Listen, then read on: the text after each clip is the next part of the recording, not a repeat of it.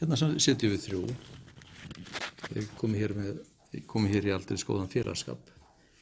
Meðan að Hrafnhildi Hallvarsdóttur, forsetabæjarstjórnar, og Magnús Bæringsson, æskulýðsfulltrúi, ekki Magnús? Æskulýðs- og tómstundafulltrúi. Og hér erum við að tala skák, þetta vettvangur til þess. Hér fer fram skákmót Íslands 2018 í þessu nýja og glæsilega andbókasafni í Stykkishólmi.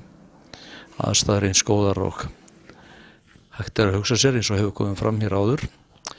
Við Hrafnhildur og Magnús höfum líka verið að nýta okkur tækifærið og ræða framtíðina hér í Stykkishólmi, hvort að hér þurfum ekki að koma eins og víða í Reykjavík á skákstarfi meðal barna og unglinga. Og Magnús, þú ert með ákveðnar hugmyndir? Já, það er svona ýmislegt sem hefur safnast í sarpinn eftir ég tók þessu starfi sem ég. Það er náttúrulega við erum að glíma við svona ýmislegt í kringum tækjanótkun og alls konar hjá ungu fólki og það er svona kveiknað hjá mér hugmynd, bæði út frá ungmennaþingi sem ég var nýlega á hérna á Laugum og Sælingsdal. Þar var mikil umræða hjá ungu fólki um hugaríþróttir og þar með skák svona, og síðan hefur verið hérna svona hugmyndakönnun eða banki hérna á Nesi um að virkja svona jaðaríþróttir. Við getum kallað skákin sé jaðaríþrótt í dag og það var hugmyndabanki ungu fólki og þar var skákin mjög ofalega.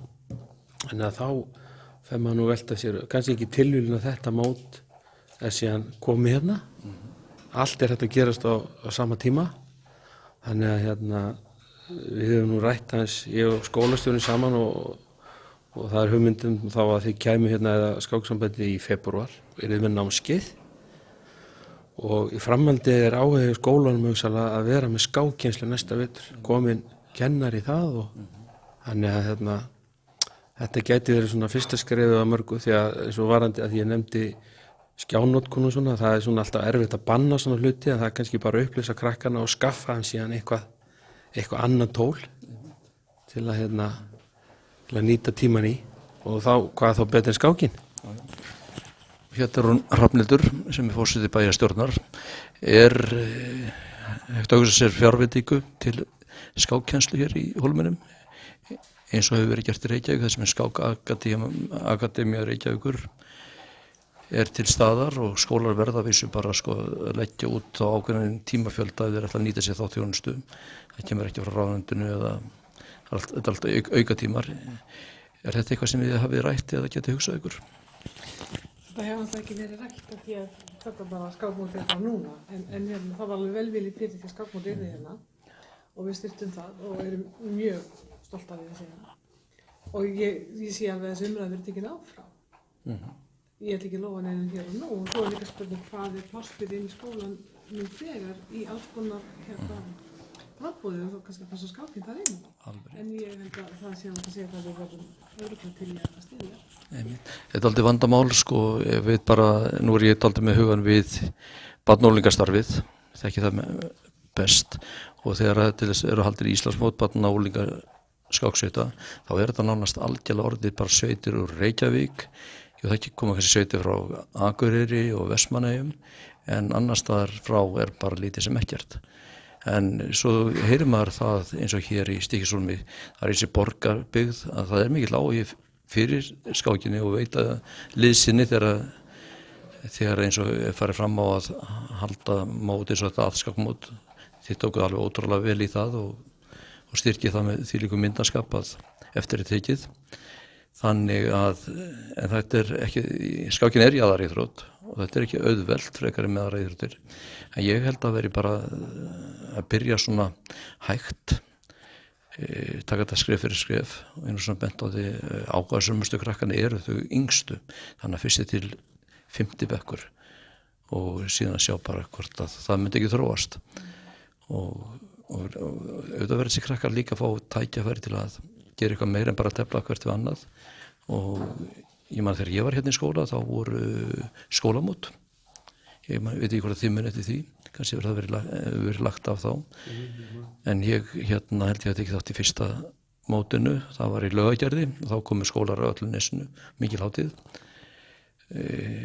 Eins bendi ég á að taka þátt í barna- og unglingaskákmótum setna mér því að þar þarf ekki nema 4 í sveit, það þarf ekki endilega að vera með 10-20 manns sem bara dæmi. Jú, já, ég held að svona skólamót séu veldi fundin, þau voru enda við líði þegar ég var í skóla, þannig að mér líst bara mjög vel á það. Svona eins og bara endur teka sko að gefa þeim eitthvað tækjafæri líka, eins og bara í körfunni og öðrum íþróttum sem þið þekkið betur. Þetta gengur út á það áhuginn.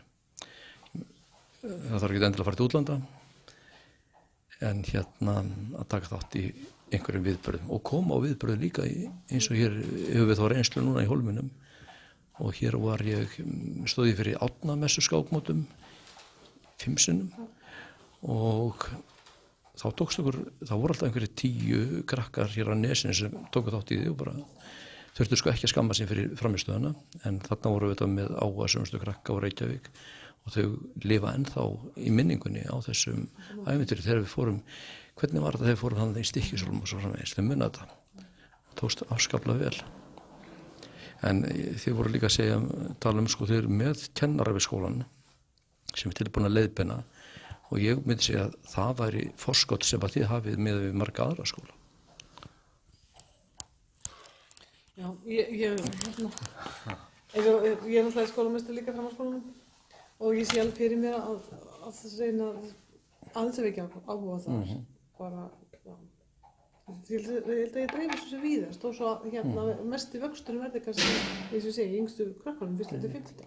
En það eru einhverjir sem hafa gaman að kalla eða vilja rifja upp í framhaldsskóla og ég sé alveg fyrir mig komið kannski fyrir í áfanga sem erum þar sem við erum að spila andskóla. Það er líka mótvægi við alla snjallsíma og skjáðina. Alveg rétt. Svo heyrir maður líka sko að bæði ráðuneytið, menntamálaráðherra og bæjarstjórnir hafa auðvitað áhuga fyrir það er virðing borið fyrir skákinni og talin bara þessu síðastu og verstu tímum þegar tölvunar að yfirtaka allt og krakkan kannski allt og mikið að stúsast í þeim, en þá erum við sammála að sko skákin miklu meira skylt við nám. Þetta er rökhugsun. Þetta líka, við bjóðum hérna upp á fjöldahandla íþróttar möguleikum hérna í Hólminum Vissulega. og tónlistarskóla góðan, þannig að þetta er bara fín viðbót. Það kannski ekki allir sem hafa áhuga á boltanum eða tónlistinni. Einmitt. Sem er líka, en ég sé alveg þetta er bara fín viðbót fyrir eitthvað sem finnast ekki það. Já, það er alveg rétt. Já. Hvað segir Jakob? Ég segi gott, bara mjög gott, gaman að fá okkur hingað í Stykkishólm. Já, við þökkum fyrir góða móttökur og bara hversu vel þið tókuð í erindi skáksambandsins að styðja og styrkja þetta Íslandsmótið aðskák og ég held að með við það sem að nú þegar hefur sérst bæði á Facebook og netinu og víðar að ég var stengin að hér eru bestu aðstæður og til tefla og vonandi eitthvað sem að verður til þess að þið í Hólminum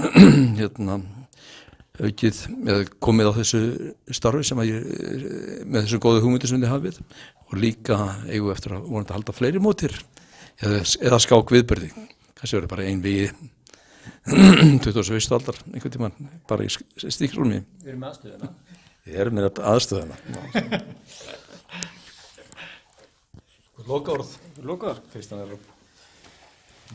Já, gerum við á það, það er bara gaman að fá okkur hingað. Það verður vonandi lyftistöng hérna fyrir skákmenningu í Stykkishólmi og við ætlum að reyna að fylgja þessu eftir með, eins og vantilega búið að fara hérna yfir, það vil fylgja þessu eftir með kennslu hérna í skólunum og verður þá vonandi lyftistöng fyrir skákmennina hérna í Stykkishólmi og vonandi getum við sýnt gott fordæmi þá með öðrum skólum á landinu ef vel til tekst hér í Stykkishólmi.